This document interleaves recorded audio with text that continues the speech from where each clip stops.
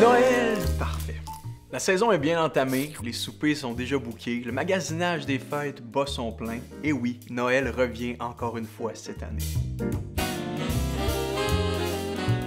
Il y a une petite effervescence intéressante et contagieuse qui commence à se faire sentir dans l'air. Les lumières qui scintillent, les décorations qui embellissent nos quartiers, les vacances finalement qui approchent. Et je sais pas pour vous, mais on dirait qu'à chaque année, il me semble qu'on est à la recherche du Noël presque parfait. Du Noël idéal, du Noël qu'on n'est pas prêt d'oublier. On pense aux gens qu'on aimerait revoir, on pense aux parties qu'on aimerait planifier, au plaisir qu'on aura de se retrouver, et on se projette dans l'avenir et on se fait un portrait quasi parfait des fêtes. On pense aux menus, aux activités spéciales, aux échanges de cadeaux, on décore le mieux possible, on s'achète un petit nouveau kit d'ustensiles ou de vaisselle, on va chercher une petite tenue pour être sûr d'être sur la coche, on se prend un rendez-vous chez le coiffeur, chez la coiffeuse, vous prenez un rendez-vous chez le coiffeur. Disons qu'on n'a pas des petites attentes quand c'est le temps des fêtes. On désire rien de moins qu'un Noël quasi parfait sur tous les plans. Mais voici où se trouve l'ironie fondamentale. Le tout premier des Noëls, qui a donné naissance à tout le reste des Noëls, était loin d'être parfait. Si on retourne 2 millénaires en arrière, la première nuit de Noël était juste chaotique. Les circonstances dans lesquelles Jésus de Nazareth est né, parce que oui, je vous le rappelle, là, Noël n'est pas votre fête, désolé de vous le dire, eh bien ces circonstances-là étaient tout simplement imparfaites. D'abord, un jeune homme du nom de Joseph est certain qu'il est en train de se faire passer un énorme sapin par sa jeune fiancée Marie qui lui dit « Écoute Joseph, je sais pas comment te le dire là, mais je suis enceinte, mais c'est pas ce que tu penses là, c'est un miracle de Dieu, puis j'ai pas couché avec personne, puis le bébé que je porte, ça va être le sauveur du monde. » Et a dû essayer de se débatouiller, mais Joseph était loin d'être convaincu. En tout cas, moi, j'aurais été bien sceptique. Et ça a été le cas pour Joseph, hein? Il a voulu mettre immédiatement fin à la relation avec Marie, tellement il était confus, déboussolé par cette nouvelle très frustrante, probablement du premier coup. Et j'imagine tous ces chums de gars lui dire de laisser Marie pour ne pas être la risée du village avec elle. Mais un ange lui apparaît et lui dit « Hey, Joseph, fils de David, ne crains pas de prendre chez toi Marie, ton épouse. Aie pas peur, mon homme, ce qui a été engendré en elle vient vraiment de l'Esprit Saint. Et elle enfantera un fils, auquel tu donneras le nom de Jésus, parce que c'est lui qui sauvera son peuple de ses péchés. »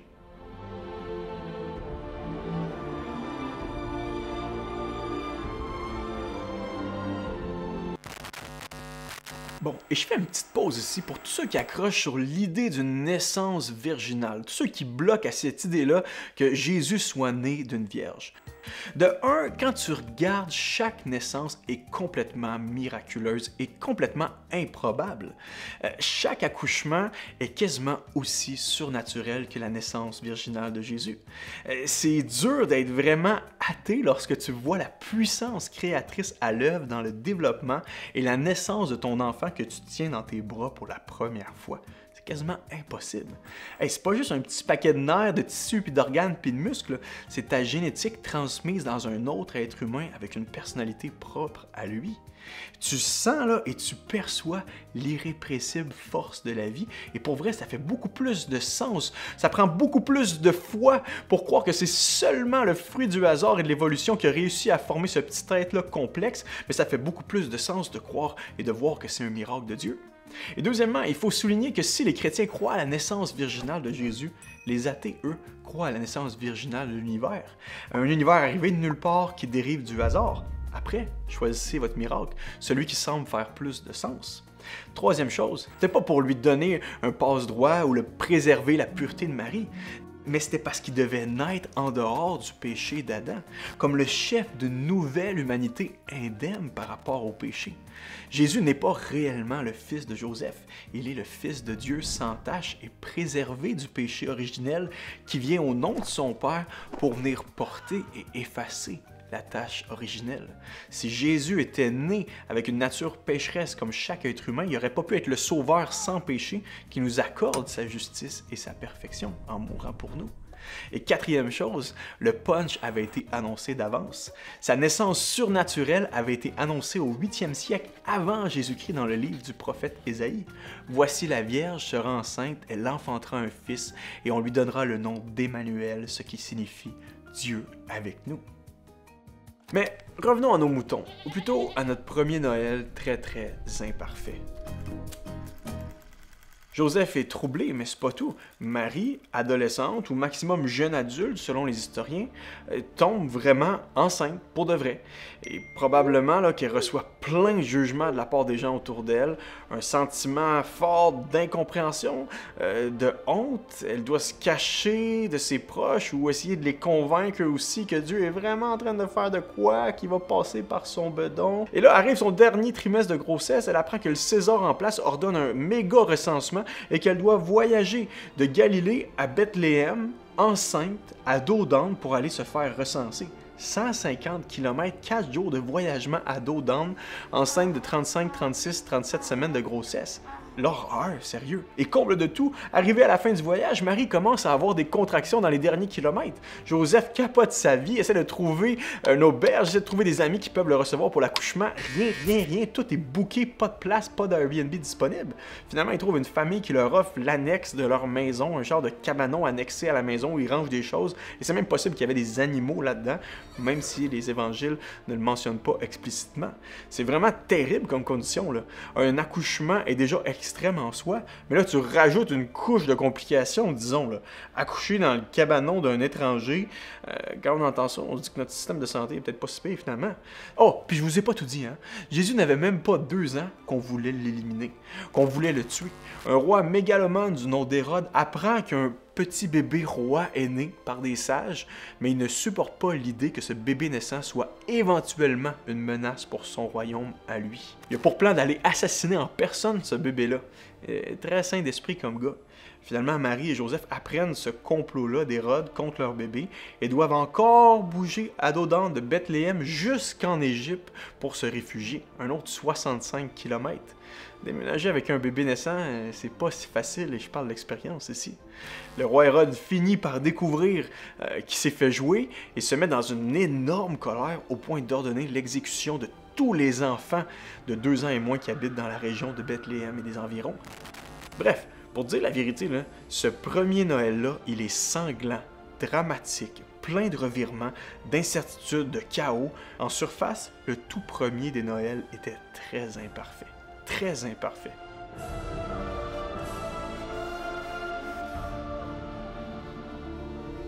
Mais je dis bien en surface, parce que dans les faits, c'était vraiment le seul Noël parfait.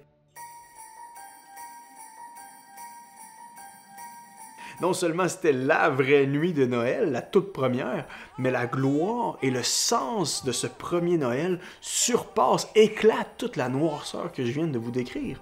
Le Dieu hors du temps, de l'espace et de la matière est devenu chair.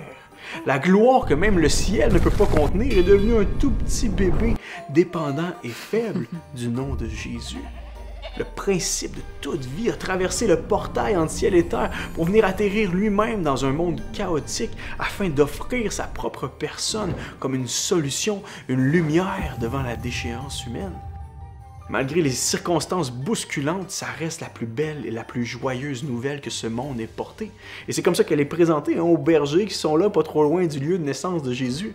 Je vous annonce une bonne nouvelle qui sera pour tout le peuple le sujet d'une grande joie. C'est qu'aujourd'hui, dans la ville de David, il vous est né un sauveur qui est le Christ, le Messie, le Seigneur.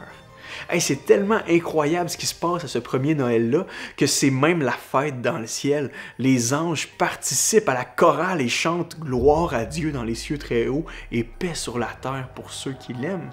C'est littéralement le plus gros party de Noël de toute l'histoire, à un point tel que même les anges y participent. Et vous savez quoi? Ça, c'est tellement encourageant pour nous aujourd'hui. Parce que d'un côté, si on est honnête, pour vrai, nos Noëls à nous aussi sont très loin d'être parfaits. Nos attentes sont si souvent déçues par la réalité. Même si on a beau espérer planifier un Noël presque parfait, le chaos de nos cœurs, de nos vies, le chaos du péché nous rattrape assez vite. Hein? Tensions relationnelles qui réapparaissent soudainement, sans nous avertir, quand dans les jours précédents Noël. Chaise vide parce que quelqu'un nous a quittés durant l'année. Stress, épuisement, folie de la surconsommation, stress financier hein, qui vient avec des dépenses excessives de cadeaux, de restos, divertissements, des parties qui virent mal, malaise, intoxication, chicane qui éclate aux petites heures du matin, toute la complexité de revoir la famille élargie et soudainement les dysfonctions reviennent assez vite au galop. Hein? Même si on est habillé sur notre 31 puis que tout est bien décoré, il y a quand même bien des bébites qui peuvent ressortir de notre bouche, de notre cœur. Bref, tout n'est pas parfait. Hein? Et vous savez quoi? Comme le roi Hérode, on a la fâcheuse tendance de se considérer nous aussi comme le roi du monde à Noël. Nos Noëls, tout comme le premier des Noëls, sont très loin de la perfection. Mais comme le premier Noël, notre Noël peut vraiment être parfait lorsqu'on réalise que la perfection est le véritable sens de Noël encore aujourd'hui. C'est Jésus. C'est lui le clou du spectacle. Sa naissance, son œuvre, sa grandeur, sa grâce révélée dans sa mort et sa résurrection. Jésus est non seulement le seul fêté, le seul digne de la célébration et de l'adoration de l'humanité à Noël, mais en plus de ça, il est le seul qui garantit la richesse et la joie de Noël. Parce qu'en fait, à Noël, on peut ne rien avoir, mais si on a Jésus, on a tout. Et parallèlement, si on n'a pas Jésus puis qu'on a tout le reste, on n'a rien en réalité. On rate l'essentiel. On passe à côté de la vraie joie, de la vraie paix, de la vraie simplicité de Noël. Le Noël parfait, là, c'est pas un Noël instagrammable, ben trop fake pour la vie, où est-ce qu'on cherche juste à prouver aux autres sur les réseaux que notre famille n'est pas si pathétique que ça finalement. Non, c'est un Noël où l'on rejoue la toute première nuit de Noël en faisant comme les bergers ou les mages qui sont remplis d'une joie devant la nouvelle d'un sauveur pour leur propre péché et qui vont ensuite adorer le bébé Jésus en qualité de fils de Dieu. C'est un Noël où on ne fait pas juste récupérer l'emballage de la fête, on déballe le vrai cadeau qu'est Jésus pour nos vies. C'est un Noël qui ne reste pas juste une tradition, une histoire cute pour enfants ou même un mythe pour adultes, mais qui s'impose comme une réalité historique et incarnée dans notre monde. Noël est le mythe vrai. La plus belle histoire jamais racontée. Dieu qui devient un homme pour venir nous délivrer, mais c'est plus qu'une histoire, c'est de l'histoire. Dieu en Jésus est devenu chair, réalité dans notre monde. En Jésus, là, tout le monde du sens et des valeurs rencontre le monde des faits. La vérité devient un homme. La bonté a un nom. Jésus de Nazareth, né à Bethléem, en Judée, autour de l'an 6 de notre ère, sous le règne du roi Hérode le Grand.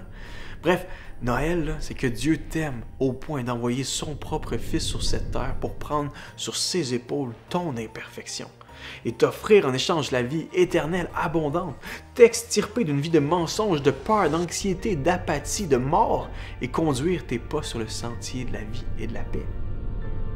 C'est ça, un Noël parfait.